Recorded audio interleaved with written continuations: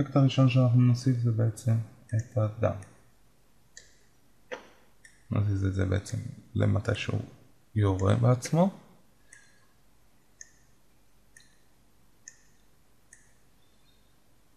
משהו כזה. נמצא מצד השני. עכשיו, בעיקרון מה שאתם רואים, יש שהרקע הזה הוא קצת יותר כאב, אדם די בהיר. עכשיו אנחנו נשחק קצת עם הצבע. נלחץ על אפקט, נעבור, ברח לי, color correction, HUE, on defect, color connection, levels, נוריד קצת את הבהירות בעצם,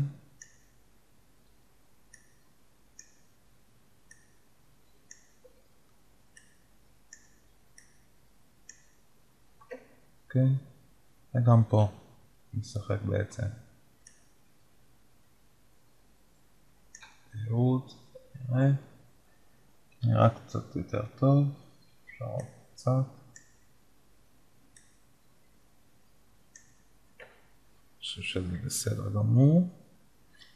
אוקיי, עכשיו אנחנו נוסיף בעצם את האפקט של הירייה, ירייה זה. אוקיי, נזיז אותו לכיוון חובה, משהו כזה. עכשיו זה נראה כאילו זה בבלגן. מה שאנחנו נעשה, אנחנו נשתמש בעצם באיזשהו אפקט שיעביר לנו את זה, יראה קצת יותר מוחשי, יותר אמיתי, שבעצם הירייה בתוך הראש ולא מלפניו. עכשיו נעשה אפקט, טרנזישן, ונבחר בעצם ב-Linear Wipe.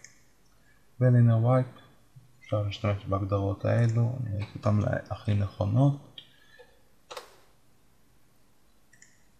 מינוס 90 פה, מאוד חשוב, ואת הפדר ל-30.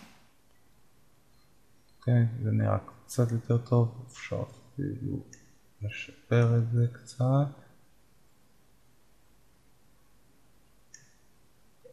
אוקיי, הנה. כבר נראה יותר טוב, אפשר לראות אפילו את הסרט ממש.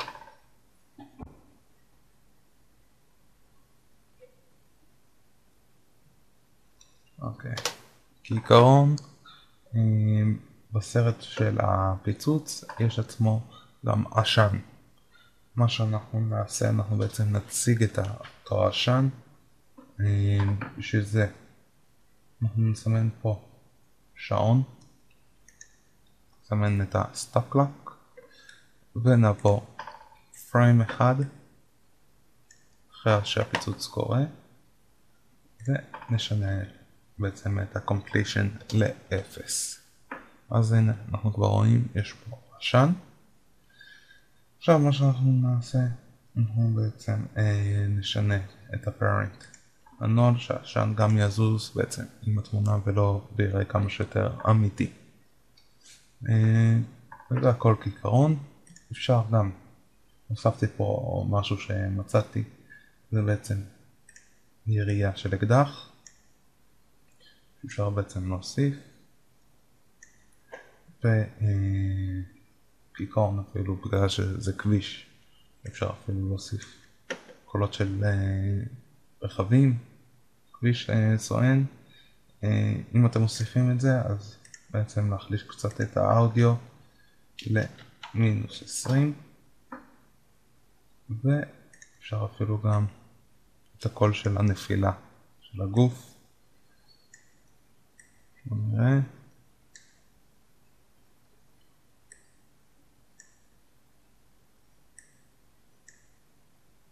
אמור להיות בערך כאן. וזה הכל. זה בעצם המדריך, אני מקווה שנהנתם. אם יש שאלות, אל תהססו לשאול.